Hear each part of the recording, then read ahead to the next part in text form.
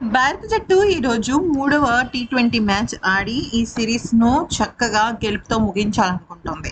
ఎందుకంటే ఐర్లాండ్తో సిరీస్ దగ్గర నుంచి ఇంగ్లాండ్తో జరిగిన సిరీస్లను పూర్తిగా విఫలమైంది భారత జట్టు. అయితే ఇక అనంతరం ఎట్టకేలకు భారత జట్టు మళ్ళీ ఫామ్లోకి వచ్చి వరుస విజయాలతో ముందుకు వెళ్తోంది. ఈ నేపథ్యంలో ఫైనల్ మ్యాచ్ కోసం ఏకంగా 3 భారీ మార్పులు జరిగే అవకాశం కనిపిస్తోంది.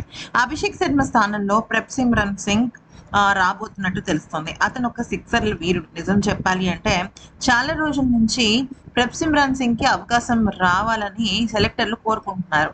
కాకపోతే ఇది మూడవ టీ20 మ్యాచ్ అనేది ప్రయోగాలకు ఎక్కువగా అవకాశం ఉంటుంది కాబట్టి ఈ నేపథ్యంలో ఖచ్చితంగా ప్రభ్సిమ్రన్ సింగ్ ని జట్టులోకి వచ్చే అవకాశం కనిపిస్తోంది. ఇక రవి బిష్నాయ్ స్థానంలో హర్ష్ దుబే బరిలోకి దిగే అవకాశం చాలా ఖచ్చితంగా కనిపిస్తోంది. ప్రభ్సిమ్రన్ సింగ్ తర్వాత హర్ష్ దుబే తుది జట్టులోకి ఎంట్రీ ఇవ్వబోతున్నాడు. మరోవైపు గాయపడిన ప్రిన్స్ యాదవ్ స్థానంలో అశోక్ శర్మకు వచ్చే అవకాశం కూడా కనిపిస్తోంది. మూడవ టీ20 తుది జట్టులో అభిషేక్ శర్మ స్థానంలో ప్రభ్సిమ్రన్ సింగ్ కు అవకాశం దక్కే ఛాన్సులు ఉన్నాయి. అభిషేక్ శర్మ గత 20 ఇన్నింగ్స్ లో ఒక్కసారి మాత్రమే 50 పరుగులు పైగా చేశాడు. తన చివరి 3 ఇన్నింగ్స్ లో 2 అంకెల స్కోర్ ను కూడా చేసుకోలేక ఇబ్బంది పడుతున్నాడు.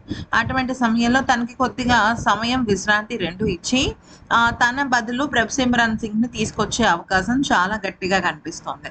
అంతేకాకుండా ఇక ప్రిన్స్ యాదవ్ స్థానంలో అశోక్ శర్మ ఖచ్చితంగా వచ్చే సూచనలు కనిపిస్తున్నాయి. ఎందుకంటే గాయపడిన ప్రిన్స్ యాదవ్ మూడవ టీ20 మ్యాచ్ కు ఆడే అవకాశాలు చాలా తక్కువగా ఉంది.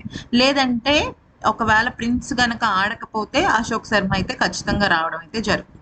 ఇక ఈ మ్యాచ్ లో ఖచ్చితంగా హర్ష్ దుబే కూడా రవి బిష్నాయ్ స్థానంలో అవకాశం ఇచ్చేటట్టుగా కూడా సెలెక్టర్లో చూస్తున్నారు. వివిఎస్ లక్ష్మణ్ కూడా హర్ష్ దుబేకి ఓటు వేయడం గమనార్హం.